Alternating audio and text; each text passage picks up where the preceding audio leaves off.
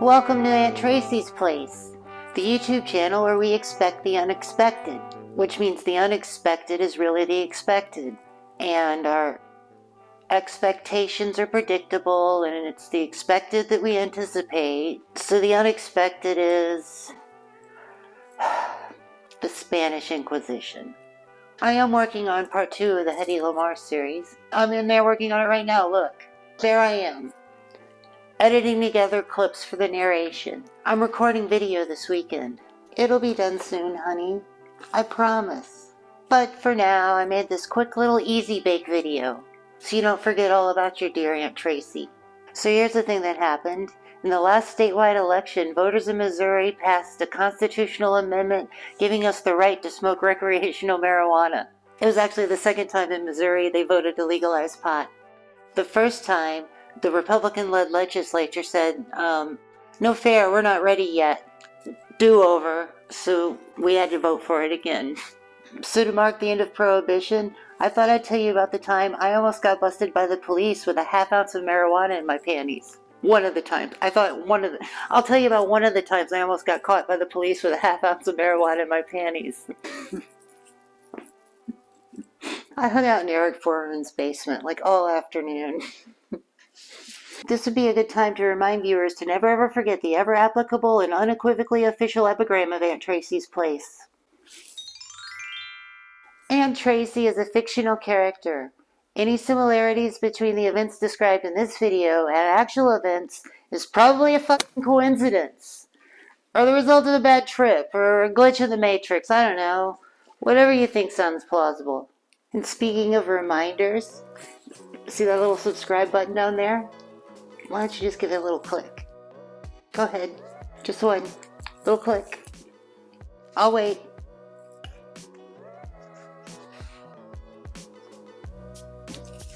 This story took place in the early aughts. I had survived the ravages of Y2K, and I was working as a waitress in a cocktail bar. This much is true.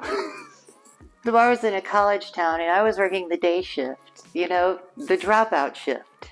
The entire wait staff was a bunch of stoners, which is, unusual in the restaurant industry. So every day we'd fetch people their dollar mugs of MGD and their buffalo wings, and every night we'd gather together and get extremely baked and watch Eliminate. Eliminate. I loved it on the show when a contestant used eliminate as a transitive verb. Like, I had to eliminate Steven because he didn't offer me a bite. I had to eliminate Steven because he didn't offer me a bite of his chocolate mousse. Everything I know about intimate romantic relationships I learned watching early 2000s dating shows. So that particular reality TV show watching night, there must have been like 14 of us in there. Passing around bong rips, watching reality TV shows, through a thick cloud of ganja smoke. Pot was extremely easy for me to get then. It was falling out of my pockets. Everyone I knew sold pot. I never saw the inside of a man's apartment that just wasn't filled with grow lamps and fertilizer and cages of exotic pets. Is that a stereotype? Because I don't know, it feels like every time I go into a guy's apartment, he's got like chameleons and bearded lizards and tarantula terrariums. Either he's a drug dealer, or he's a trans guy, or he's both. That is a stereotype, right? If I'm gonna get canceled, no. I stick by my statement. Trans guys love iguanas. So we're all watching TV on the first floor apartment of this guy's house, and he's got like those sliding glass doors, and the curtains are open to like a little patio, so we've got a view of the Circle K across the street. So we start to see this commotion over there. There's like police cars come screeching up, and guys are rolling across the hoods with their guns drawn, and like rappelling out of helicopters, hang gliding out of trees. We're sitting there looking out the window like, yo, they must have quartered Richard Kimball in there. It's a swarm of the fuzz. Oh, do you know what that Units All Respond was all about, the big red alert? It was, some kid grabbed a suitcase of beer and just bolted out the door with it. I don't know, it's just like where I went to college it was also the county seat. So you got like the local police department, and then you've got like the county mounties, and then it was a criminal justice school. So they had this like very like militarized police force, campus police force that could charge you with crimes and arrest you. Just they were regular police, you know. The weird thing is, like, you'd think with all those cops, like, it would be the, like, safest place in the world, but, you know, for some reason, the more cops they had, the more crimes they found. So the cops, they're doing, like, a grid search of the entire area. They're, like, walking through the front yard, and they're looking at us in the window. And I'm like, you know what, maybe I should take this baggie I'm carrying and stick it in the front of my bikini briefs. We were just in there minding our own business, but then all of a sudden, open the door, long hair. One of the guys whose apartment it was is like, okay, it's cool, I'll handle this. Then he takes a little can of air freshener and sprays it, and it's like, it's like hanging a little tree from the rearview mirror and the Black Crowes tour bus. Not doing anything.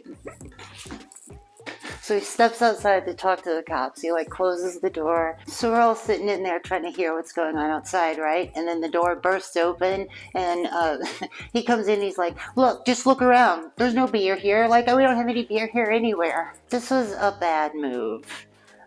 Cops are like vampire. Never willingly invite one into your home.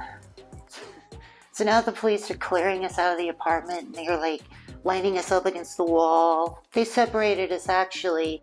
The men who actually lived at that address, they kept inside, and the rest of us, like, they had us against the wall, and they were shining a light in our eyes, and they were going like, have you been smoking weed? As they're questioning us, we like start piecing together what's going on. See, they let the Bud Light Lime Bandit slip through their dragnet and evade capture. Then the cops would feel awfully silly if they had to go back to the station empty-handed after like the all-out like posse they put out. So fortunately for them, though, they found a witness who swore they saw the Lager Larson run into the apartment we were all inside of. So I'm like processing all this when like the lead officer, he's got his light in my face. He's like, "Have you been smoking weed? Do you have any narcotics on you?" Now I'm typically very respectful to 5-0. I'm all, "Yes, officer. No, officer. You're so brave, officer. I adore your mustache. Can I polish your badge?" I'm typically very respectful to Smokey because I don't want to get shot. When the cop's in my face, he's like, "Have you been smoking the devil's grass?" And I go, "No." So he says, "Open your mouth." "Oh, yeah, see there, I see your tonsils. They're all red and swollen. You've been smoking weed."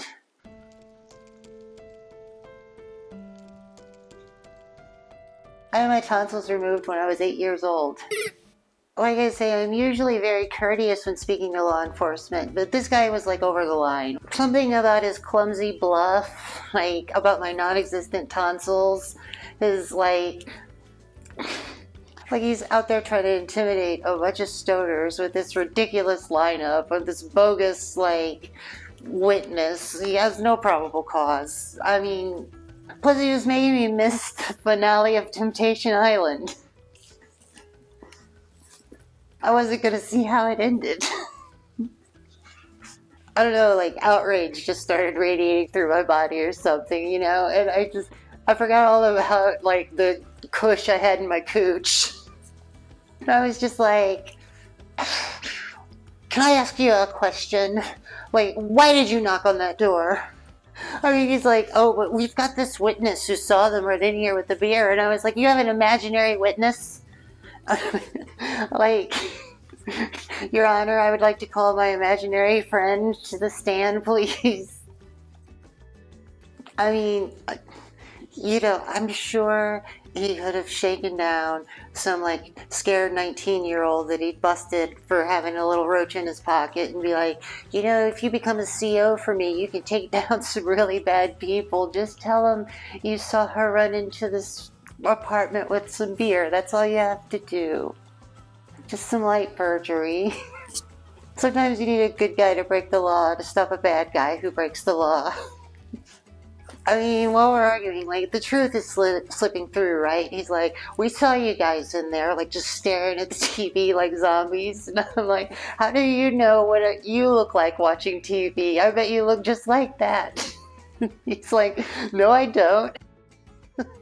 Well, can I sneak around in your bushes and peek through your windows like a pervert and see? I was like, if you're so desperate to peek in and see me naked, so you can strip search me right here while you guys stroke your batons. Like, I was out of line.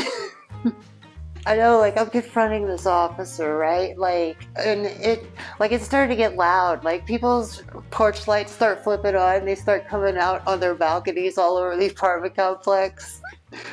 I mean, I know for a lot of people, I mean, it would be fatal to argue with a cop like this. But I was just like, I don't know, it's just like everything, like all the artifice had dropped though. And like, he wasn't like a cop with a badge and I wasn't a trashy waitress. With a gram of bud in my G-string.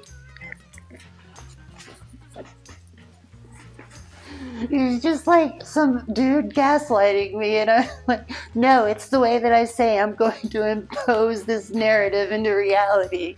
You listen to me, Missy.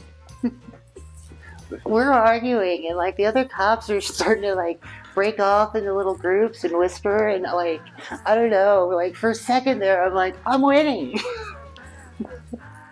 Oh man. Yeah, like...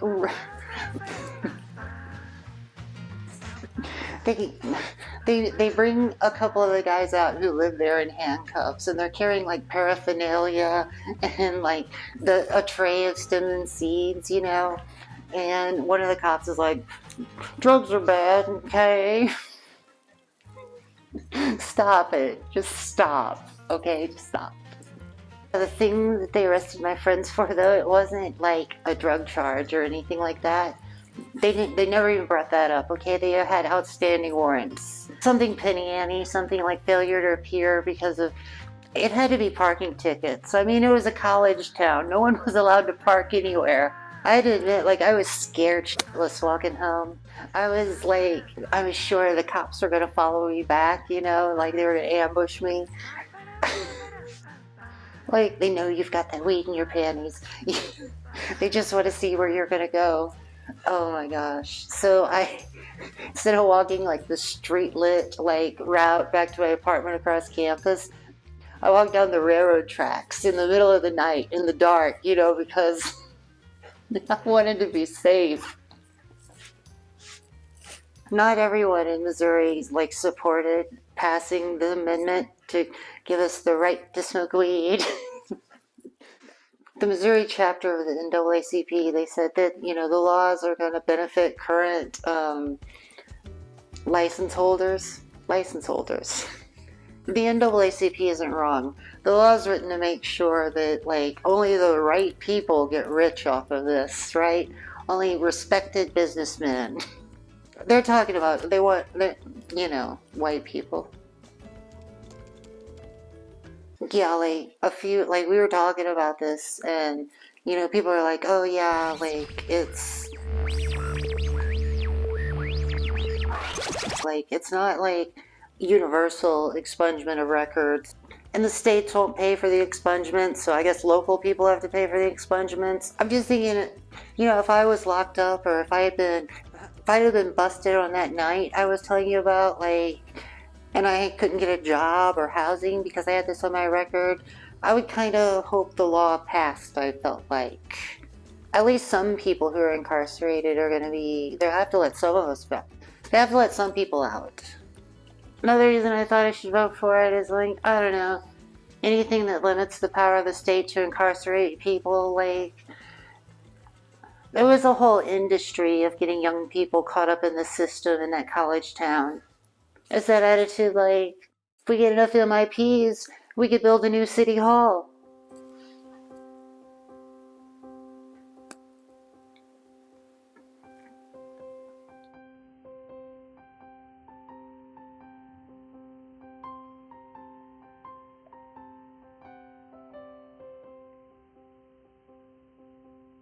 It's weird to me how the terms butt dial and booty call have such disparate connotations.